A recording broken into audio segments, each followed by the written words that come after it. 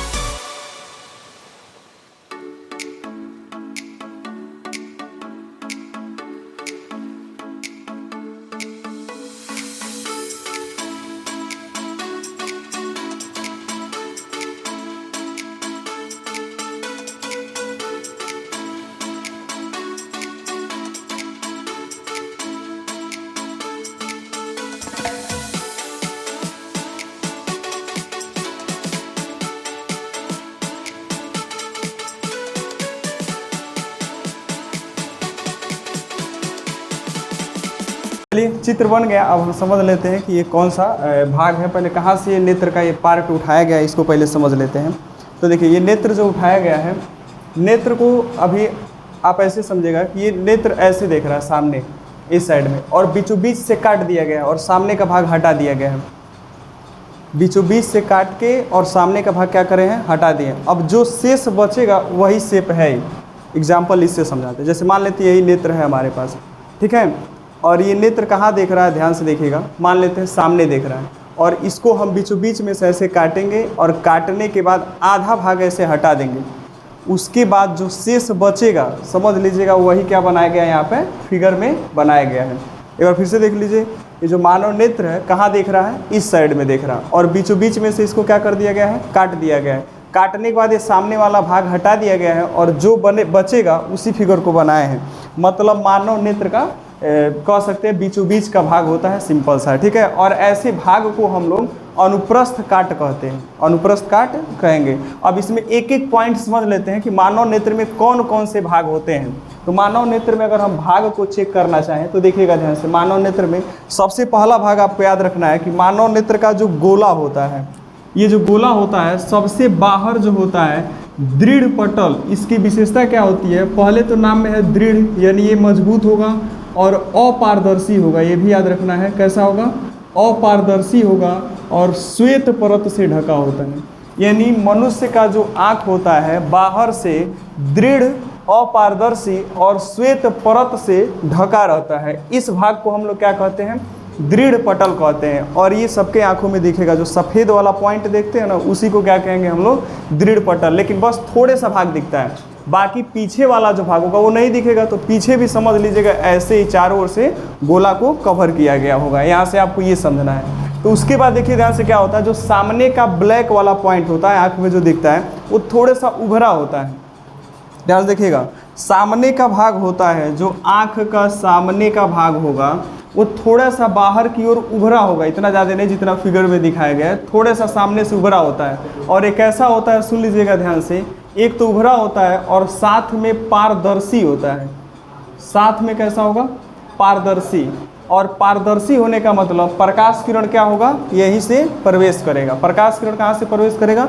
यहीं से प्रवेश करेगा। एक बार फिर से सुन लीजिएगा ध्यान से, मानव नेत्र का जो गोला होता है वो बाहर सामने में थोड़ा सा उभरा और पारदर्शी होता है। इस उभरे हुए भाग को हम लोग क्या कहते हैं?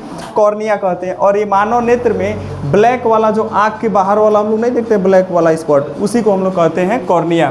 प्रकाश आँखों में यहीं से प्रवेश करता है। यानी किसी वस्तु को देखते हैं तो वस्तु से चलने वाली किरणें कहाँ से प्रवेश करती हैं? कॉर्निया से प्रवेश करती हैं। किस में प्रवेश करती हैं? मानव नेत्र में। अब ध्यान देखिएगा, कॉर्निया के ठीक पीछे, कॉर्निया के ठीक पीछे एक रंगीन, ऐसे हम बना दे रहे हैं, कॉर्निया के ठीक पीछे एक रंगीन अपारदर्शी एक रंगीन अपारदर्शी झिल्ली होता है, जिसे हम लोग क्या कहते हैं? आइरिस कहते हैं। कॉर्निया के ठीक पीछे एक रंगीन अपारदर्शी झिल्ली होता है, जिसे हम लोग क्या कहते हैं? आइरिस कहते हैं। और आइरिस याद रखिएगा, अपारदर्शी होने के कारण यहाँ से प्रकाश किरण प्रवेश नहीं करेगा, जाके यहीं पे क्या हो जाएगा?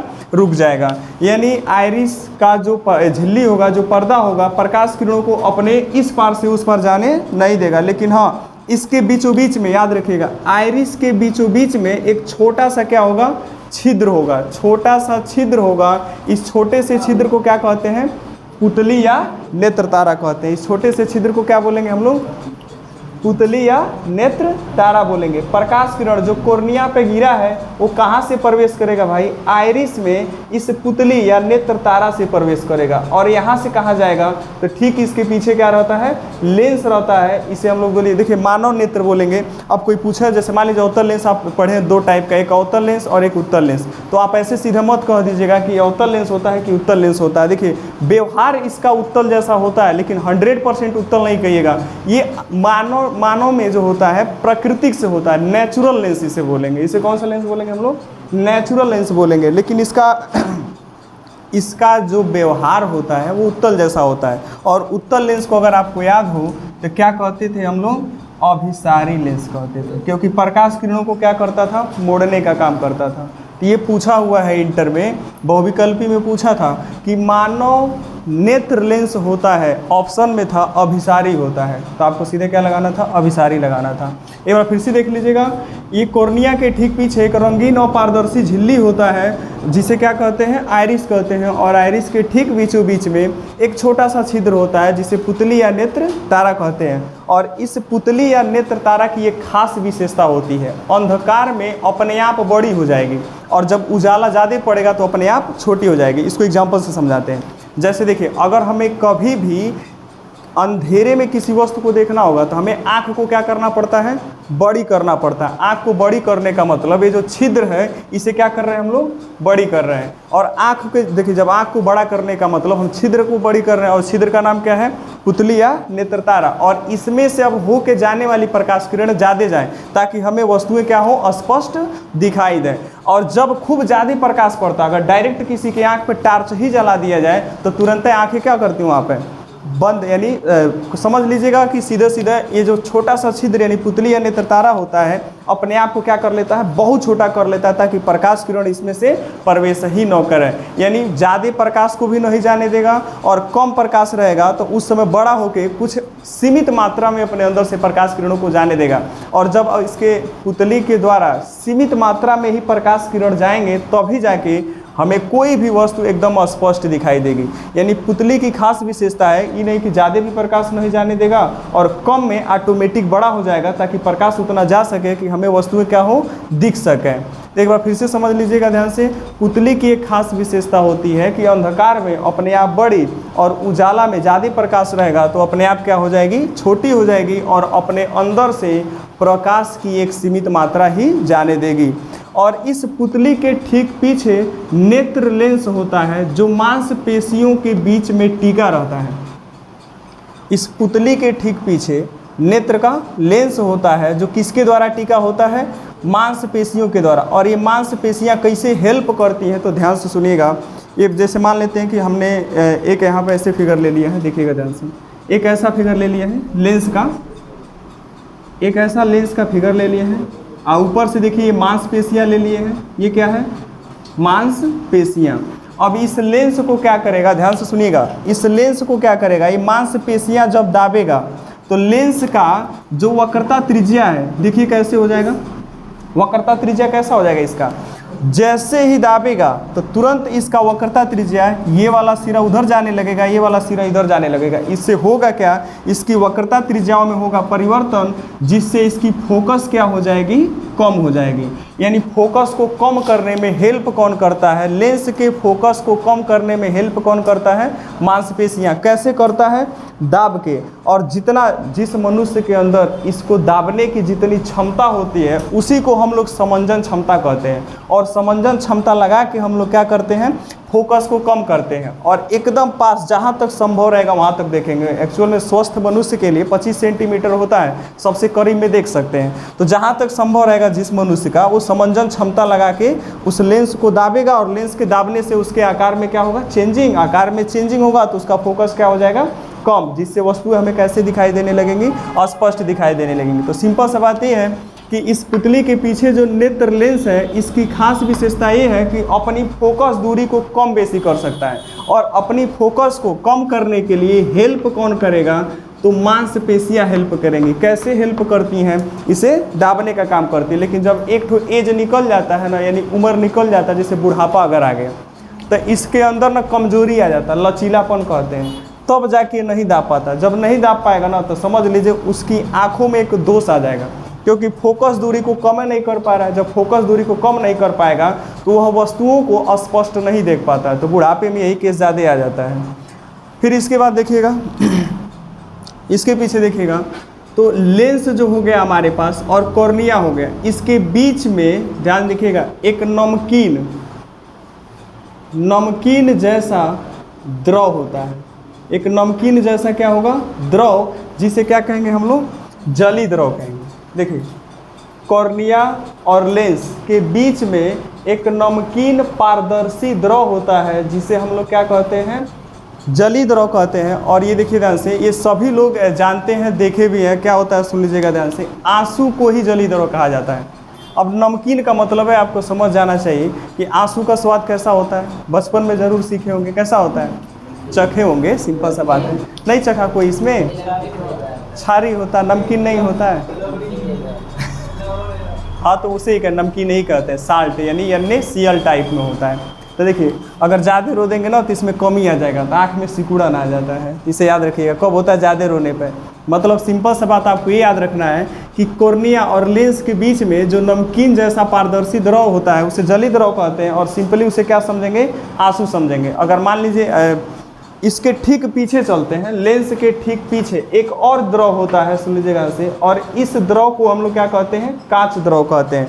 और ये जितने भी द्रव होते हैं पारदर्शी होते हैं, ताकि प्रकाश किरण यहाँ से कॉर्निया पे पड़ा, कॉर्निया से अंदर कहाँ जाएगा, फिर जली द्रव में जाएगा। जली द्रव के बाद किस में प्रवेश करेगा, पुतली या नेत्र तारा में। यहाँ से कहाँ प्रवेश करेगा, लेंस में। और उसके बाद कांच द्रव से होते हुए रेटिना पे पहुँच जाएगा। अब रेटिना क्या है उसके बारे में समझा देते हैं, लेकिन उससे पहले एक चीज़ देख लीजिएगा ध्यान से। इस कांच द्रव का अपवर्तनांक अगर कोई आपसे पूछ दे, आखिर ये द्रव है तो इसका अपवर्तनांक बताइए, तो इसका अपवर्तनांक याद रखिएगा 1.33 होता है। और साथ में इस जलीय द्रव का अपवर्तनांक आपसे कोई पूछे तो इसका भी अपवर्तनांक कितना होता है 1.33। यानी मानव नेत्र में पाए जाने वाला जो भी द्रव होता है, भले जलीय द्रव हो चाहे कांच द्रव हो, इसका अपवर्तनांक कितना होगा 1.33। लेकिन अगर इस लेंस का अपवर्तनांक पूछ दिया जाए, लेंस का, जैसे मान लेते हैं कि अगर ये लेंस ग्लास का बना होता है, अगर ग्लास का यानी कांच का बना होता तब जाके कांच का अपवर्तनांक कितना होता है, तो कांच का अपवर्तनांक कितना होता है 1.5, लेकिन ग्लास का तो होता नहीं है।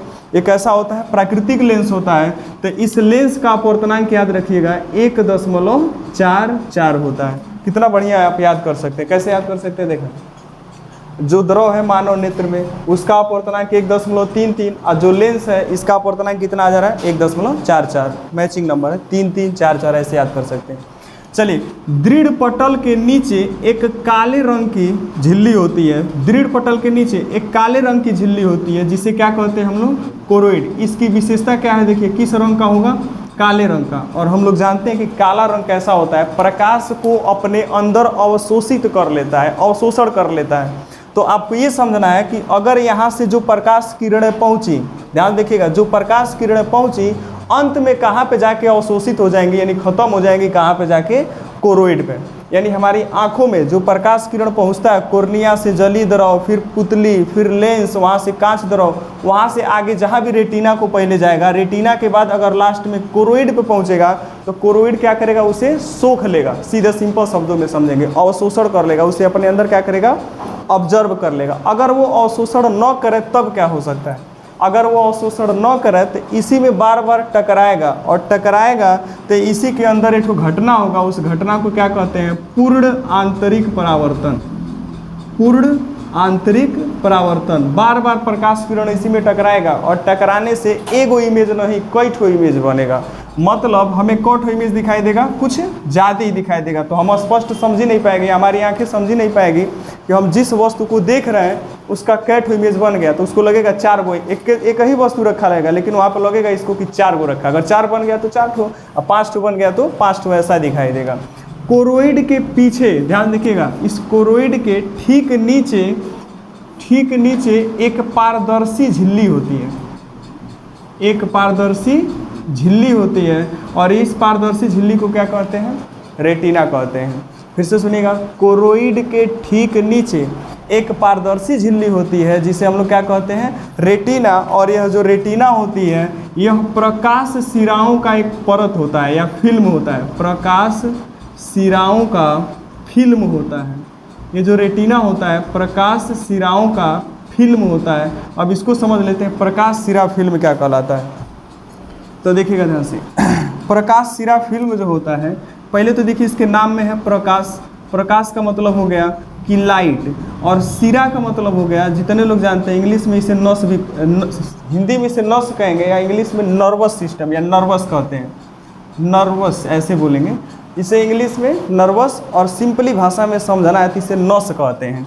यानी ये जो प्रकाश है इसे लाइट, सिरा को क्या बोलेंगे, नस, और लास्ट में बच गया है देखिएगा ध्यान से, फिल्म। तो फिल्म का मतलब कई लोग इसमें खाली यह जानते होंगे, पिक्चर को कहते हैं, मूवी को कहते हैं। रियलिटी में फिल्म जो होता है, जो लोग भी हाल में गए होंगे, एक पर्दे पे बस ऐसे चलाया जाता है, एक पर्दे पे चित्र को हम लोग देखते हैं। एक पर्दे पे चित्र देखने का मतलब क्या हुआ, उस पर्दे को हम लोग सिंपली भाषा में परत कह सकते हैं।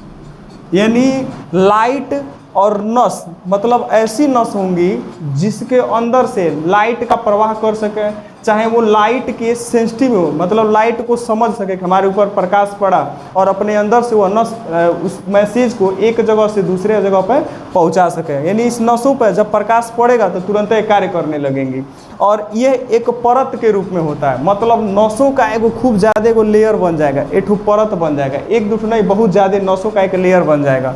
और इस नसों के लेयर में इनका काम क्या होगा, इन नसों का लेयर जो इमेज आके इस पे बनेगा, लास्ट में फाइनल इमेज कहाँ बनता है, रेटिना पे बनता है। याद रखिएगा, जो प्रकाश किरणें यहाँ से चली फाइनल जाके रेटिना पे मिलेंगी, तो वहीं रेटिना पे प्रतिबिंब बन जाएगा। और ये रेटिना जो होता है प्रकाश सिरा की एक परत होती है, यानी लाइट नसों की एक परत होती है, जो वहाँ पे प्रतिबिंब बनेगा तो उस प्रतिबिंब के रंग, रूप और आकार, यानी साइज, कितना बड़ा इमेज बना, पहले तो रंग, रूप, आकार, ये नसें क्या करती हैं, सीधे दिमाग तक पहुंचा देंगी। यानी मस्तिष्क तक पहुंचा देंगी। मतलब इस नसों का जो सिस्टम होता है डायरेक्ट कहाँ जाके जुड़ा होता है, मस्तिष्क से। और मस्तिष्क को क्या क्या पहुंचा देंगी, रंग का मैसेज पहुंचा देंगे कि आप जिस वस्तु को देख रहे हो वो इस कलर का है या इस रंग का है। दूसरा चीज़ है उसके रूप को पहुंचा देगी। और तीसरा चीज़ उसके आकार का संदेश पहुंचा देगी। और एक संदेश और पहुंचा देती है, क्योंकि जो चीज़ें आप यहाँ से देखते हैं ना, ध्यान देखिएगा, जो चीज़ें आप यहाँ से देखते हैं या किसी भी वस्तु को देखते हैं तो उसका इमेज उल्टा बनता है, लेकिन दिमाग सोचने के आकार में उसे क्या कर देता है, सीधा। तो मस्तिष्क तक ये भी संदेश आपके यहाँ पे पहुँच जाएगा।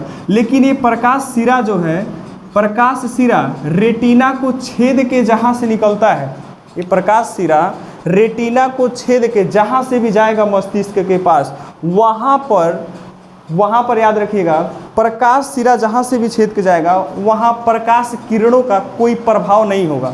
मतलब अगर यहाँ रेटिना, यहाँ से कोर्निया से जो प्रकाश किरण चली रेटिना पे न मिलके ऐसी जगह जाके चली गई जहाँ से वो जो नसें थी वो दिमाग में पहुँच के गई हैं, तो इस बिंदु पे अगर इमेज बन गया तो हमें दिखाइए नहीं देगा। और जब नहीं दिखाई देगा तो इस बिंदु को क्या कहेंगे, अंध बिंदु या ब्लैक स्पॉट बोलेंगे। इंग्लिश में से क्या बोलेंगे, ब्लैक स्पॉट। इस वाले बिंदु को जहाँ से ही प्रकाश सिरा, अरे जो नसें थी रेटिना की वो कहीं ना कहीं उसको छेद के आंखों के बाहर से जाके मस्तिष्क तक मैसेज पहुँचाएंगे, तो जहाँ भी छेदेंगे वहाँ प्रकाश का कोई प्रभाव नहीं पड़ेगा। और इस बिंदु को क्या कहेंगे, अंध बिंदु कहेंगे। और रेटिना के बीचों बीच में, जैसे मान लीजिए ये वाला परत देखिए, यहाँ खींच के लिखे हैं रेटिना, तो ये वाला जो परत हमारे पास रेटिना है, इसके बीचों बीच में एक पीला बिंदु होगा। अगर इमेज यहाँ पे बन गया, समझ लीजिए अगर इमेज यहाँ बन गया तो यहाँ पे बना हुआ इमेज सबसे स्पष्ट आंखों को दिखाई देगा। और सबसे स्पष्ट दिखाई देगा तो इसी को कौन सा बिंदु बोलेंगे हम लोग, पीत बिंदु बोलेंगे। पीला रंग का है तो पीत बिंदु बोल देंगे, सिंपल सा है। इसका खास बात क्या है, किस रंग का है, पीला रंग का है। और अंध बिंदु का खास बात क्या है कि यहाँ पे प्रकाश का कोई प्रभाव नहीं पड़ता। अगर इमेज बन भी गया तो आपको दिखाइए नहीं देगा, यानी प्रकाश का प्रभाव नहीं पड़ेगा। किस बिंदु पे नहीं पड़ेगा, तो आपका अंध बिंदु पे नहीं पड़ेगा। ये था आपका पूरा मानव नेत्र एक एक पॉइंट। यही जितना बातें हम बोले हैं इसी को आपको भाषा बना के लिखना है।